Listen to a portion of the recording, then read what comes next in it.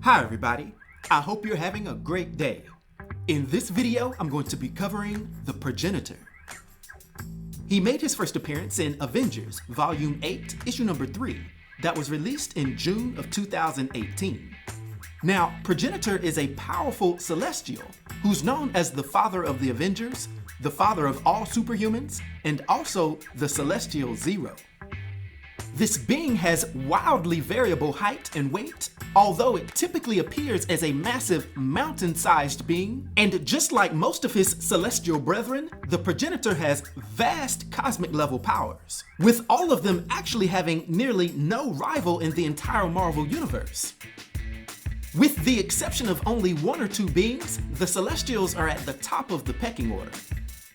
The Progenitor has nearly omnipotent power levels, with this easily being seen by his reality warping abilities when he did things like give Captain Marvel cancer, make Cyclops susceptible to his own blasts, as well as simply disintegrating Thor, Starbrand, and the Phoenix Maya Lopez.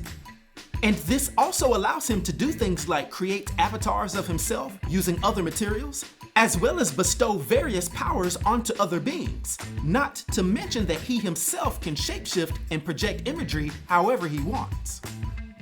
The Progenitor also has a cosmic awareness that's near omnipresent, being able to know everyone's lives, how they felt, what they thought, and what they've done. His awareness is even said to have given him consciousness before he was even born, and still have consciousness after he's quote-unquote died. To go on, he also has vast telepathic abilities, being able to communicate with all the minds on Earth simultaneously, and its telepathic proficiency was even enough to impress Jean Grey. Not to mention that he also has technopathy and can thoroughly communicate with any form of technology. And if all of this wasn't enough, the Progenitor also has the ability to resurrect certain individuals, with this not only being displayed by him briefly reviving Gwen Stacy so that she could see that Peter's heart was pure, but also by it reviving everyone it had killed at the end of Judgment Day. This process did cause it to revert back to its dormant state. But any way you cut it, his power is nearly limitless.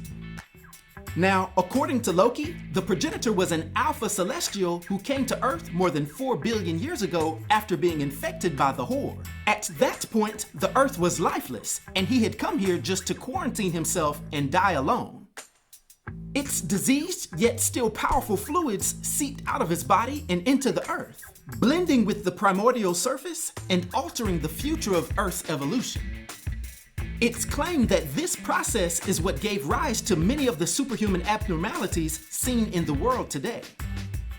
Its humongous corpse would lay undisturbed at the bottom of the Arctic Ocean at the North Pole, that is, until 1 million years ago. This is when the Celestial known as Zgreb would come looking for the Progenitor, finding its corpse at the bottom of the ocean and being infested by millions of Horde bugs.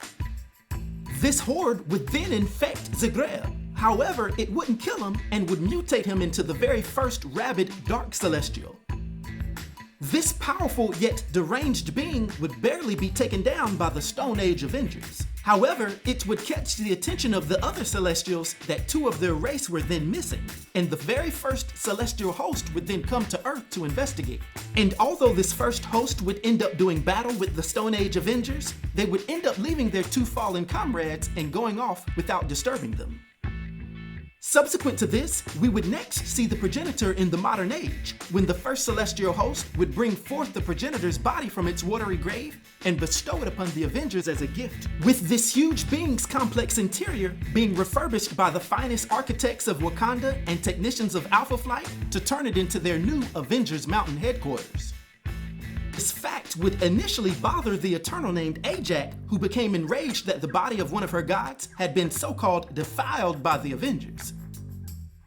However, the spirit of her deity was not gone, and when Druig led the Eternals to war against the Mutants of Krakoa, Ajak and Makkari formed a plan. Together with Iron Man and, of all people, Mr. Sinister, they would revive and reprogram Progenitor, designing it to have morals more aligned with their own and hopefully forcing the end of this eternal and mutant war. This new Progenitor did actually end the war. However, it would surmise that the inhabitants of Earth had driven it into ruin. He then declared that they had 24 hours to prove themselves worthy, or he would destroy the planet. After multiple judgments, the new progenitor would actually judge humanity as unworthy, and would nearly lay waste to all the heroes of the planet. If it weren't for the craftiness of some of the Eternals, X-Men, Sinister, and Stark convincing the progenitor that itself was not worthy, the Earth would have been doomed. The progenitor instead decided to undo all of the deaths it had caused and to then revert back into the Avengers Mountain, also giving Ajak a degree of its power to see if she could manage it well. However, don't forget that although the progenitor was supposedly quote-unquote dead, it would continue to observe the world and still be able to communicate with Starbrand and others. Not to mention that we'd later see the huge body itself be piloted by a Deathlock that uploaded itself into Avengers Mountain, then piloting it with a huge celestial-sized Deathlock blaster to join the fight against Mephisto and an army of Doctor Doom variants. Now that's a powerful mech suit. Now, for its powers and abilities and its massive influence on the Marvel Universe, for my 1 to 10 rating, I'll give the celestial named Progenitor a rating of 10, which is a legendary rating. I hope everyone enjoyed this video. I'll talk to you next time. Be sure to like, subscribe, and join the new Sage.